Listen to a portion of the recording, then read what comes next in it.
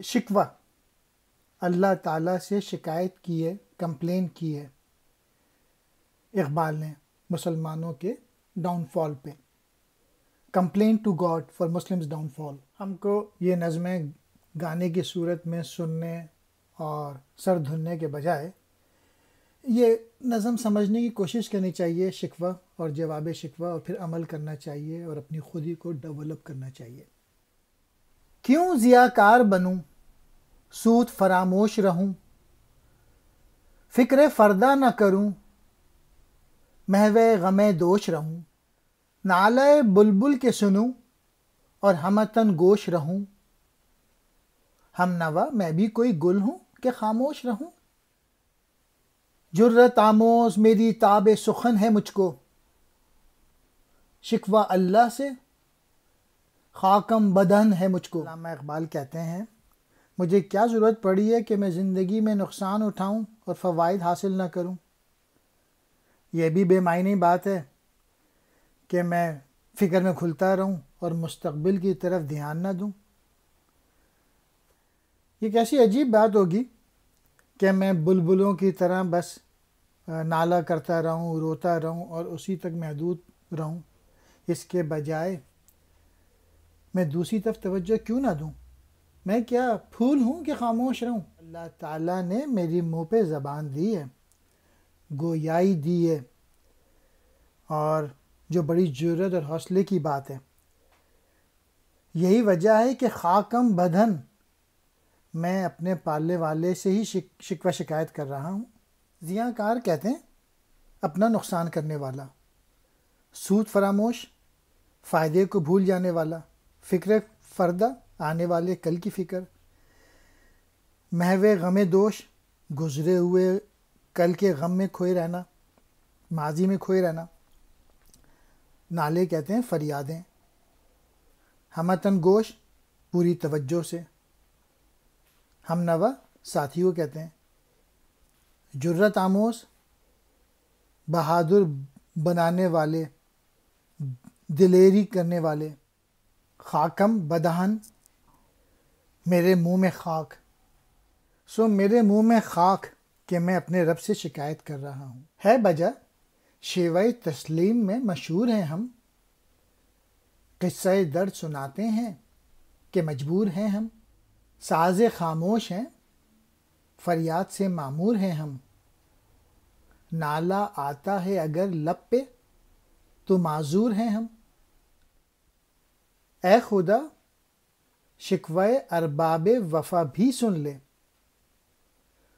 خوگر ہم سے تھوڑا سا گلہ بھی سن لے. اے اللہ اس میں کوئی شک کی بات نہیں ہے کہ ہم مسلمان تیری رضا میں ہی راضی ہیں اور تیری آگے سر جھکاتے ہیں، لیکن اب ضبط کی ہمت جواب دے گئی ہے. اس لیے اگر تیری بارگاہ میں ہم اپنا دکھ و درد بیان کرتے ہیں تو اپنے عاجز بندے جان کر ہمارا گلہ بھی سن لے. اللہ تعالیٰ اے رب ذوالجلال، ہم جو ہمیشہ تیری حمد و ثنا کرتے ہیں، اب انہی وفادار لوگوں سے تھوڑا سا گلہ سن لے، تھوڑا سا شکوہ سن لے. تھی تو موجود ازل سے ہی تیری ذات قدیم، پھول تھا زیب چمن پر نہ پریشاں تھی شمیم. شرط انصاف ہے اے صاحب الطاف امیم، بوئے گل پھیلتی کس طرح جو ہوتی نہ نسیم. ہم کو جمعیت خاطر یہ پریشانی تھی، ورنہ امت تیرے محبوب کی دیوانی تھی. اللہ تعالیٰ آپ تو ہمیشہ سے ہی موجود تھے، اور یہ بالکل ویسے ہی ہے جیسے کہ پھول جو کہ باغ کی خوبصورتی کی علامت ہوتی ہے، مگر اس کی خوشبو کہیں پھیلی نہیں. یعنی اللہ تعالیٰ موجود تو تھے لیکن تیرا پتہ کسی کو نہ تھا. جب ہوا ہوتی ہے اس وقت پھول کی خوشبو پھیلتی ہے، اور جب ہوا نہیں ہوتی تو پھول کی خوشبو پھیلتی نہیں. یعنی یہ مسلمان ہی تھے جنہوں نے اللہ تعالیٰ کا پیغام دنیا میں پھیلایا. ہم اگر تیرے پیغام لے کر دنیا میں مارے مارے پھرتے تھے تو یہ پریشانی ہمارے لیے وجہ تسلی تھی، ورنہ تیرے پیغمبر کی یہ امت دیوانی تو نہ تھی کہ در بدر پھریں. یعنی شروع سے. ذات قدیم اس سے مراد ہے ہمیشہ سے. زیب چمن، چمن کا حسن. شمیم کہتے ہیں خوشبو کو. صاحب الطاف امیم، عام لطف و عنایت کا مالک. نسیم ہوا کو کہتے ہیں، پھول کھلانے والی خوشگوار ہوا. جمعیت خاطر، دل کی تسلی. ہم سے پہلے تھا عجب تیرے جہاں کا منظر، کہیں مسجود تھے پتھر، کہیں معبود شجر.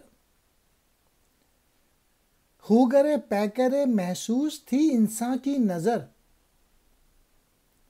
مانتا پھر کوئی اندیکھے خدا کو کیوں کر. تجھ کو معلوم ہے لیتا تھا کوئی نام تیرا، قوت بازوئے مسلم نے کیا کام تیرا. اللہ تعالیٰ ہم مسلمانوں سے پہلے تیری دنیا کی حالت بہت مختلف تھی. کوئی پتھروں کو پوجتا تھا، کوئی شجر کو، درختوں کو پوجتا تھا. جب تک کسی چیز کو محسوس نہ کر لیں، دیکھ نہ لیں، تو پھر انسان جو ہے اس کو قبول کرتا تھا. آپ تو نظر نہیں آتے، ہم نے اندیکھے خدا کو تسلیم کیا. یہ حضور صلی اللہ علیہ وسلم کی امت تھی جنہوں نے مسلمانوں کا، جنہوں نے آپ کا پیغام دنیا بھر میں پھیلایا. بس رہے تھے یہاں سلجوق بھی، دورانی بھی، اہل چین میں، ایران میں ساسانی بھی. اسی معمورے میں آباد تھے یونانی بھی. اسی دنیا میں یہودی بھی تھے، نصرانی بھی. پر تیرے نام پہ تلوار اٹھائی کس نے، بات جو بگڑی ہوئی تھی وہ بنائی کس نے. اس دنیا میں سلجوق بھی تھے، یہ ترکوں کا ایک قبیلہ ہے جو بعد میں مسلمان ہو گیا تھا. اور اس دنیا میں تورانی بھی، یہ ترکستان کے باشندے تھے. اہل چین یعنی چین کے باشندے، اور ایران کا شاہی خاندان، ساسانی کہتے ہیں شاہی خاندان کو. معمورے کہتے ہیں دنیا. تو اس دنیا میں یونانی بھی تھے، یہودی بھی تھے، اور عیسائی بھی تھے. لیکن ایک مسلمان تھے جس نے توحید کے لیے تلوار اٹھائی اور ہر جگہ جا کر بادشاہوں اور سرداروں کا مقابلہ کیا، اور جو بات بگڑ گئی تھی اس کو بنائی. جن لوگوں نے بھی توحید سے بغاوت کی تھی، مسلمان ان کے خلاف کھڑے ہو گئے اور ان لوگوں سے جنگ کی مسلمانوں نے. تھے ہم ہی ایک تیرے مارکا آراؤں میں، خشکیوں میں کبھی لڑتے کبھی دریاؤں میں. دی آذانیں کبھی یورپ کے کلیساؤں میں، کبھی افریقہ کے تپتے ہوئے صحراؤں میں. شان آنکھوں میں نہ جچتی تھی جہاں داروں کی، کلمہ پڑھتے تھے ہم چھاؤں میں تلواروں کی. اللہ تعالیٰ ہم مسلمان ہی تھے جو سارے دنیا میں تیرے جو مخالف تھے ان کے خلاف کھڑے ہو گئے تھے. اور اس مقصد کے لیے ہم نے کسی بھی علاقے کی فکر نہیں کی. اگر صحرا تھا تو وہاں چلے گئے، دریا تھے وہاں چلے گئے، سمندر تھے وہاں چلے گئے، ہر جگہ جا کے لڑائی کی. کبھی یورپ ممالک کو فتح کیا، وہاں کے گرجوں میں جا کے اذانیں دیں اور نغمہ توحید سنایا. کبھی افریقہ کے صحراؤں میں پہنچ کر آواز بلند کی. اور جو جہاں دار تھے، جو بادشاہ لوگ تھے، ان کو شان مسلمانوں کی اچھی نہیں لگتی تھی، تو ہم نے کلمہ پڑھا تلواروں کی چھاؤں میں۔ ہم بادشاہوں سے کبھی مروب نہیں ہوئے ان کی شان و شوکت سے، ہم تو بس تیری توحید کے لیے جو ہے وہ، اور تیری عظمت کے لیے اور تیرے نام کو بلند کرنے کے لیے تلواروں کی چھاؤں میں زندگی گزاری۔ ہم جو جیتے تھے تو جنگوں کی مصیبت کے لیے، اور مرتے تھے تیرے نام کی عظمت کے لیے۔ تھی نہ کچھ تیغ زنی اپنی حکومت کے لیے، سر بکف پھرتے تھے کیا دہر میں دولت کے لیے۔ قوم اپنی جو زر و مال جہاں پر مرتی، بت فروشی کے عوض بت شکنی کیوں کرتی۔ تیغ زنی کہتے ہیں تلوار بازی کو، سر بکف جان کی بازی لگانے کو تیار، دہر کہتے ہیں زمانہ۔ مین میسیج اس بند کا یہ ہے کہ اللہ تعالیٰ ہم تو بس آپ کے لیے جو ہے لڑائیاں لڑتے تھے، اور کہ تیرے نام کی عظمت رہے، اور جو ہم تلوار چلاتے تھے وہ اپنی حکومت کی خاطر تو نہیں کرتے تھے، نہ ہم دولت کے لیے یا دولت جمع کرنے کے لیے جان کی بازی لگاتے تھے۔ اگر ہماری قوم مال و دولت پر مرتی تو بتوں کو کیوں توڑتی۔ ٹل نہ سکتے تھے اگر جنگ میں اڑ جاتے تھے، پاؤں شیروں کے بھی میدان سے اکھڑ جاتے تھے۔ تجھ سے سرکش ہوا کوئی تو بگڑ جاتے تھے، تیغ کیا چیز ہے ہم توپ سے لڑ جاتے تھے۔ نقش توحید کا ہر دل پہ بٹھایا ہم نے، زیر خنجر بھی یہ پیغام سنایا ہم نے۔ مین میسیج اس بند کا یہ ہے کہ ہم مسلمان تو بہت بہادر ہوا کرتے تھے، بہت ہمت ہوتی تھی، اور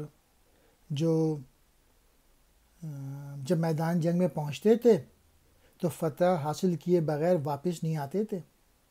انسان تو انسان، ہم تو شیروں سے بھی لڑ جاتے تھے، اور اگر تیرے خلاف کسی نے کوئی بغاوت کی تو ہم اس کے خلاف ڈٹ جایا کرتے تھے، ہم تو توپ کے مقابل میں بھی کھڑے ہو جایا کرتے تھے۔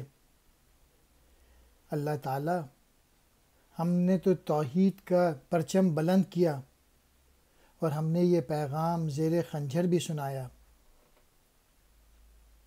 ان کے آخری مصرعے میں علامہ اقبال کا اشارہ نواسہ رسول حضرت امام حسین رضی اللہ تعالیٰ عنہ کی جانب سے ہے، کہ جنہوں نے میدان کربلا میں حق کی فتح کے لیے اپنا سر کٹوا دیا تھا۔ تو ہی کہہ دے کہ اکھاڑا در خیبر کس نے، شہر قیصر کا جو تھا اس کو کیا سر کس نے۔ توڑے مخلوق خداوندوں کے پیکر کس نے، کاٹ کر رکھ دیے کفار کے لشکر کس نے۔ کس نے ٹھنڈا کیا آتش کدہ ایراں کو، کس نے پھر زندہ کیا تذکرہ یزداں کو۔ یزدہ کہتے ہیں نیکی کا خدا۔ شہر قیصر روم کی سلطنت۔ اس بند میں علامہ اقبال نے حضرت علی رضی اللہ تعالیٰ عنہ کے واقع خیبر کی طرف اشارہ کیا ہے، اور جو کہ انہوں نے در خیبر کو فتح کیا تھا۔ حضرت علی رضی اللہ تعالیٰ عنہ نے جنگ خیبر کے دوران تنہا یہ دروازہ اکھاڑ پھینکا تھا۔ اس کے بعد قیصر روم کے شہر قسطنطنیہ کو کس نے فتح کیا؟ وہ کون تھے جنہوں نے نافرمان لوگوں کو کاٹ کر رکھ دیا تھا؟ اور پھر اس بند کے آخری شعر میں ایران کا ذکر ہے کہ وہاں پہ جو آگ کی پرستش ہوتی تھی، وہاں پہ یہ آگ کی پرستش کس نے ختم کی، کس نے یہ آگ کو بجھایا ہمیشہ کے لیے، اور اس کے بعد توحید کا پرچم کس نے بلند کیا؟ کون سی قوم فقط تیری طلبگار ہوئی اور تیرے لیے زحمت کش پیکار ہوئی؟ کس کی شمشیر جہانگیر جہاں دار ہوئی؟ کس کی تکبیر سے دنیا تیری بیدار ہوئی؟ منہ کے بل گر کے هو اللہ احد کہتے تھے، زحمت کش پیکار، لڑائیوں کی سختیاں جھیلنے والے، شمشیر جہانگیر، دنیا کو فتح کرنے والی تلوار، جہاں دار ہونا، بادشاہت یا حکمرانی کرنا، صنم کہتے ہیں بت کو، هو اللہ احد، وہ اللہ ایک ہے۔ میسیج یہی ہے کہ اللہ تعالیٰ یہ مسلمان ہی تھے اور یہ جو تجھے چاہتے تھے اور تیری خاطر جنگیں لڑتے تھے، اور کس کی تلوار نے دنیا کو فتح کیا اور اس دنیا کی حکمرانی سنبھالی؟ اللہ تعالیٰ تیرا نام لینا، اور جگہ جگہ ہم پھیل گئے۔ مسلمانوں کے خوف سے تو بت سہمے ہوئے تھے اور منہ کے بل گر جاتے تھے، بس وہی اللہ ایک ہے۔ تیری توحید کی گونجیں فضاؤں کو اپنی لپیٹ میں لے لیا کرتی تھیں، اور یہ سب کارنامہ ہم مسلمانوں کا ہی تھا۔